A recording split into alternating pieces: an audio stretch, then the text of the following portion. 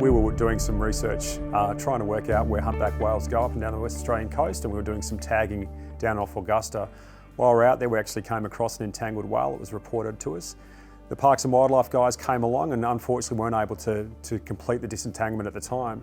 So a colleague and I used an implantable tag that we're using for the free swimming whales, and we actually managed to jerry-rig that into a tracking buoy and attach that to the whale.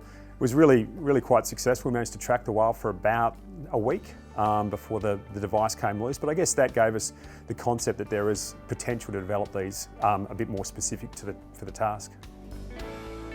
The satellite tags that we've got for our teams now are a real game changer for us. One of our biggest concerns right through disentanglement from the very start is the amount of time that we have crews that have to sit up under the whale tail, which is the real danger zone.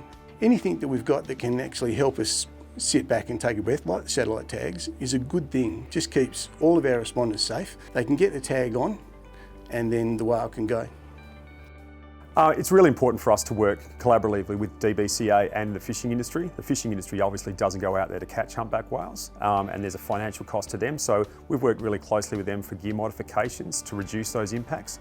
And DBCA, they're really at the pointy end of this entanglement, so we really act as a conduit between DBCA and industry to really reduce the impact to try and get the best outcome for the whales. It is a pretty intense situation. You've got a big wild animal that's under a lot of duress. And the guys that go out there are really under the pump to try and make sure that they maintain safe but to complete the job. So yeah, it's a very high intense environment, but I guess ultimately very rewarding when the job gets done successfully. You know, it's certainly the case that when I was a team member working under Doug Cochran, who certainly established this program here in WA and around Australia as well. Working as a team member, you used to get really quite pumped up about getting out there and doing the job. This boat's day-to-day work is everything that Doug was all about. It's conservation management. It's specifically set up for the task of disentangling whales.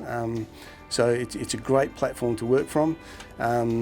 You know, regardless of whether our young teams knew Doug and worked with him, or it's just people, you know, like myself that spent 30 years working with the man and learning from him.